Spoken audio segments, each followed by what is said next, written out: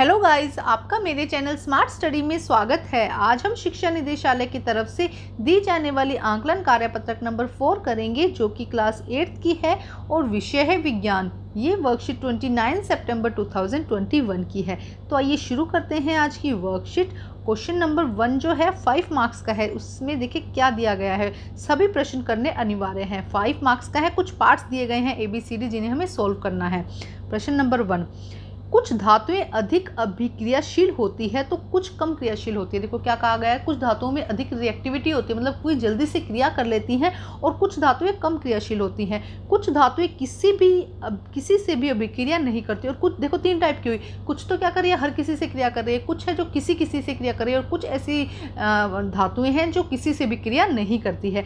अधिक अभिक्रियाशील धातु कम अभिक्रियाशील धातु को उसके जलीय विलयन से विस्थापित कर देती है। जो अधिक अभिक्रियाशील धातु होती है वो कम क्रियाशील धातु को क्या कर देती है, विस्थापित कर देती है। लेकिन कम अभिक्रियाशील धातु अधिक अभिक्रियाशील धातु को विस्थापित नहीं कर सकती। तो देखो बहुत इजी, समझना बहुत आसान है कि ताकतवर इंसान क्या करेगा, दूसरे जो हल्का पतला इंसान है उसको धक्का मार के हटा देगा, लेकिन जो पतला इंसान है वो ताकतवर को या मोटे आदमी को धक्का मार के नहीं हिला सकता ना। इसी तरह से जो कम क्रियाशील है वो अधिक क्रियाशील को विस्थापित नहीं कर सकता। विस्थापित का मतलब हटा नहीं सकता। अधिक अभिक्रियाशील धातु कम अभिक्रियाशील धातु को उसके जलीय विलयन में से विस्थापित कर देती है, उसे विस्थापन अभिक्रिया कहते हैं। तो ये हम जब हमने चैप्टर पढ़ा था तो उसमें ये सब समझा था हमने। तो अब देखो क्वेश्चन दिया गया है। क्वेश्चन नंबर 1 में क्या कहते हैं, विस्थापन अभिक्रिया किसे कहते हैं। तो यहाँ पे लिखा गया आंसर नंबर 1, अधिक अभिक्रियाशील धातु कम अभिक्रियाशील धातु को उसके जलीय विलयन में विस्थापित कर देती है, उसे हम विस्थापन अभिक्रिया कहते हैं, या उसे विस्थापन अभिक्रिया कहलाती है वो।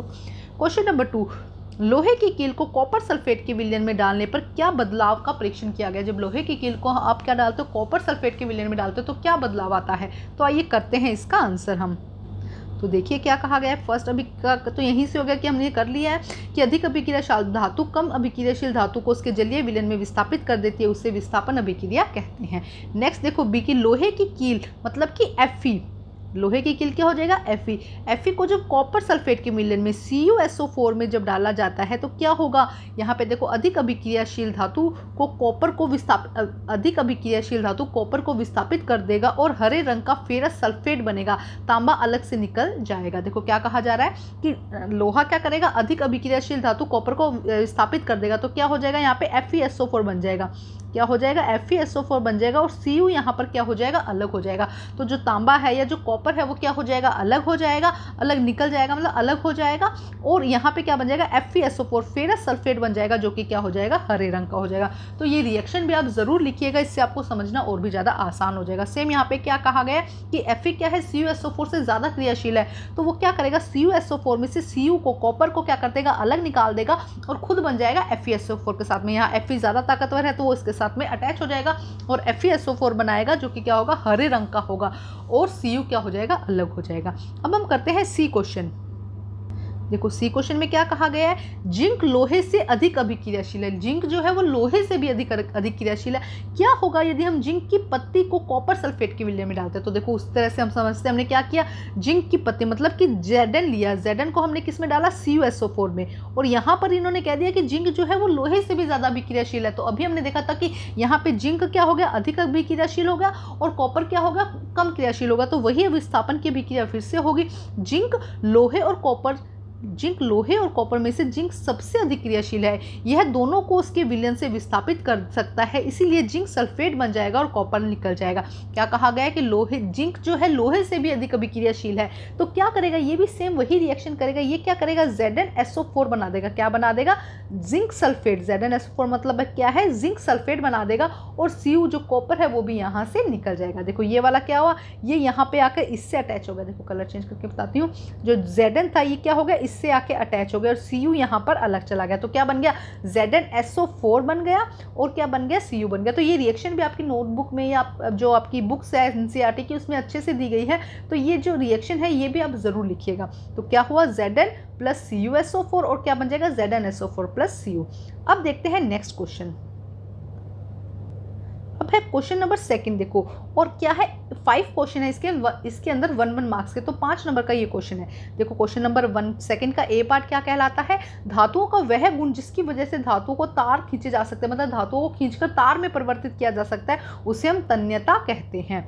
बी देखो धातु जो तरल अवस्था में पाई जाती है, ऐसी धातु जो तरल अवस्था में पाई जाती है वो क्या हो जाएगी, पारा हो जाएगी, और ऐसी अधातु जो क्या है तरल अवस्था में पाई जाती है वो ब्रोमीन हो जाएगी, क्योंकि इंग्लिश मीडियम में ब्रोमीन का दिया गया, अधातु के बारे में दिया गया, नॉन मेटल के बारे में ना। क्वेश्चन नंबर सी देखिए, धातु का वह गुण जिसकी वजह से धातु को चादर की पतली चादर बनाई जाती है, इसे आघात वर्धनीयता कहते हैं। इसे क्या कहा जाता है, आघात वर्धनीयता। जैसे कि आपका एल्यूमिनियम फॉइल पेपर है ना, कितना पतली शीट होती है ना, तो इसे हम क्या कहते हैं, आघात वर्धनीयता। डी देखो कौन सा धातु अधिक अभिक्रियाशील है, लोहा या जिंक। अभी हमने पढ़ा था क्या है, जिंक जो है, जस्ता जो है वो क्या है, अधिक क्रियाशील है, तो क्या हो जाएगा यहाँ पर, जिंक ज्यादा क्रियाशील है। क्वेश्चन नंबर ई, किस धातु को मिट्टी के तेल में रखा जाता है, तो सोडियम जो है बहुत अधिक क्रियाशील होता है, इसीलिए सोडियम को क्या रखा जाता है, मिट्टी के तेल में रखा जाता है। तो ये था सेकंड क्वेश्चन। अब हम देखते हैं थर्ड क्वेश्चन। देखो अब फोर्थ क्वेश्चन देखते हैं हम। फोर्थ क्वेश्चन में हमने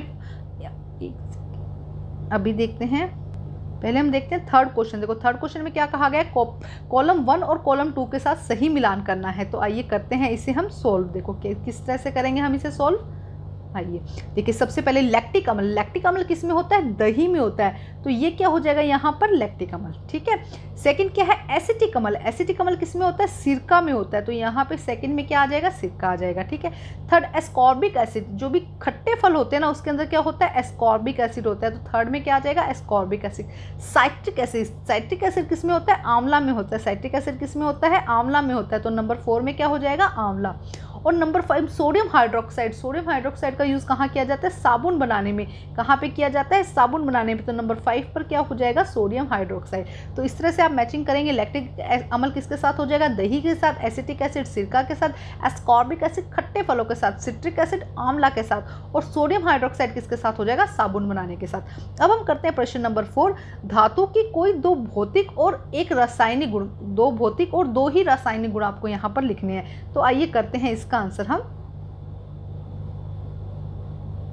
तो देखिए क्वेश्चन नंबर 4 क्या है कि धातुओं के 2 भौतिक और 2 रासायनिक गुण लिखने हैं हमको। तो देखो भौतिक गुण क्या हो जाएंगे यहाँ पर, देखो भौतिक गुण क्या है, धातुएं उष्मा और विद्युत की सुचालक होती है। धातुएं क्या होती है, उष्मा और विद्युत की सुचालक होती है। और धातुएं आघात वर्धना तथा तन्य होती है। धातुएं क्या होती है, हमें भौतिक गुण बताने हैं, उसकी फिजिकल अपीयरेंस बतानी है, मतलब कि क्या होती है, वो उष्मा और विद्युत की सुचालक होती है, आघात वर्धनीयता होती है उसके अंदर, और तन्यता होती है। अब उसके रासायनिक गुण देखते हैं। धातुएं जल से अभिक्रिया करके धातु हाइड्रोक्साइड बनाती है, NaOH बनाती है, सोडियम हाइड्रोक्साइड बनाती है। तो धातुएं क्या करती है, जल के साथ क्रिया करके सोडियम या धातु ऑक्साइड हाइड्रोक्साइड बनाती है। और सेकंड क्या है, धातुएं अम्ल से क्रिया करके लवण और हाइड्रोजन गैस का निर्माण करती है। धातुएं क्या करती है, अम्ल के साथ रिएक्शन करके लवण और हाइड्रोजन गैस का निर्माण करती है। तो ये था क्वेश्चन नंबर 4 का ए पार्ट। अब हम करते हैं इसका बी पार्ट। देखो बी पार्ट में क्या कहा गया है, कॉपर और कार्बन में से किसे बिजली के तार बनाने में उपयोग किया जाता है और क्यों। तो कॉपर और कार्बन, कॉपर क्या है, मेटल है, और कार्बन क्या है, नॉन मेटल है, तो किसका यूज़ किया जाता है। तो हम देखेंगे कॉपर को बिजली के तार बनाने में उपयोग किया जाता है क्योंकि यह विद्युत का सुचालक और तन्य है। यह क्या है, विद्युत का बहुत अच्छा सुचालक है और इसमें तन्यता है। लेकिन कार्बन में ऐसा गुण नहीं पाए जाते, ये विद्युत के कुचालक होते, विद्युत अपने में से पास नहीं होने देते, इसीलिए इसलिए बिजली के तार नहीं बनाए जाते। तो आपका आंसर क्या होगा, कॉपर को बिजली की तार बनाने में उपयोग किया जाता है क्योंकि यह विद्युत की सुचालक और तन्य है। अब हम देखते हैं नेक्स्ट। तो ये थी हमारी आज की असेसमेंट वर्कशीट। वर्कशीट कंप्लीट करके अपने टीचर से चेक करवाइए और प्लीज़ मेरे चैनल को लाइक कीजिए, सब्सक्राइब कीजिए और शेयर कीजिए। Thank you guys.